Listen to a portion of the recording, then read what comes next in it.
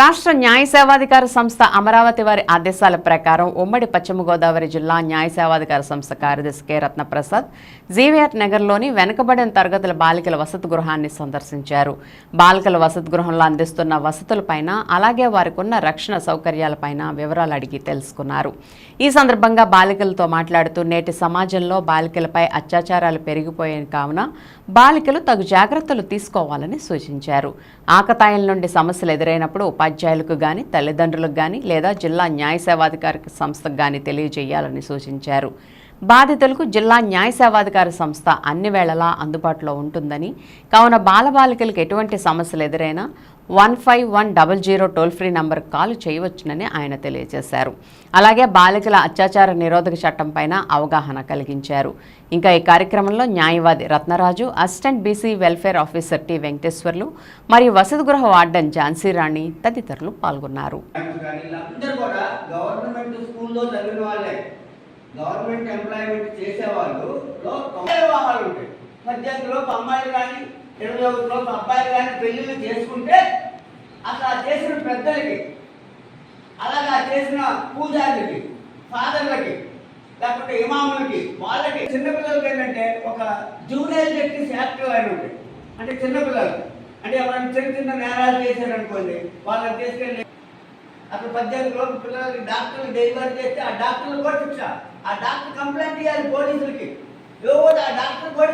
రాష్ట్ర స్థాయిలో మనం ఎన్నుకున్న ఎమ్మెల్యేస్ అందరూ ఓటింగ్ చేసి మెజారిటీ ఆఫ్ ఎమ్మెల్యేస్ కనుక ఓట్ చేస్తే అది ఒక చట్టం రూపం దాల్సి ఉంటుంది. దాన్ని స్టేట్ యాక్ట్ అంటారు.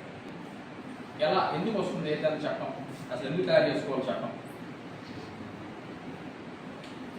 చట్టం అంటే ఏమన్నా సమస్యలు ఉంటాయి, తద్వారా ఆ సమస్యల్ని మనం ఫేస్ చేయడానికి, లేకపోతే ఆ సమస్యల్ని ఆపడానికి, కంట్రోల్ చేయడానికి మనం చట్టాలు తయారు చేసుకుంటాం. తద్వారా ప్రజలకు సుఖంగా జీవించడానికి, ఆ చట్టాలు ఉపయోగపడటానికి మనం చట్టాలు తయారు చేసుకుంటాం. ఓకే, చట్టాలు ఒకవేళ మనం తయారు చేసుకున్న చట్టం, ఓకే ఇప్పుడు అది కాదు క్వశ్చన్. ఒకవేళ మనం చట్టం తయారు చేసుకున్న ఒక చట్టం, ఫర్ ఎగ్జాంపుల్ పోక్సో చట్టం ఉంది, prevention of offences against children, ఈ చట్టం ఉంది. ఈ చట్టంలో ఏదైనా దాన్ని క్వశ్చన్ చేయొచ్చామా, ఇది against the spirit of Indian constitution అని ఎవరన్నా మనం సిటిజన్ ఆఫ్ ఇండియా క్వశ్చన్ చేయొచ్చా? మన రాజ్యాంగ స్ఫూర్తికి విరుద్ధంగా ఏ చట్టం ఉన్నా సరే any of the citizen can question by of writ petition under Article 32 of Indian Constitution. That is why the said article was called as soul or heart of Indian Constitution. ఎవరన్నారు ఆ మాట? డాక్టర్ బిఆర్ అంబేద్కర్ గారు అన్న మాట. ఏమంటే అఫెన్సెస్కి వచ్చేసి IPC Indian penal కోడ్కు సంబంధించి కొన్ని సెక్షన్స్ అమలులో ఉండేవి. 377 అని, అట్లాగే 357 అని చెప్పి లైంగిక అబ్యూస్ అంటే సెక్షువల్ అబ్యూస్ కానీ, సెక్షువల్ పెనిట్రేటివ్ అసాల్ట్ కానీ, ఇలాంటి సంబంధించిన అన్నింటికి కూడా మనకి ఐపీసీ లేదంటే గోవా చిల్డ్రన్ యాక్ట్ 2003 అమల్లో ఉండేవి. అయితే అది సరిగ్గా ఉన్న ప్రాబ్లమ్స్కి అది సరైన సాల్వేషన్ అంటే సరైన మనకి ఇది దొరకట్లా, ఏది రిలీఫ్ దొరకట్లేదు. అందుకని చెప్పి ఈ చట్టం రావడానికి ఆబ్జెక్ట్ అది.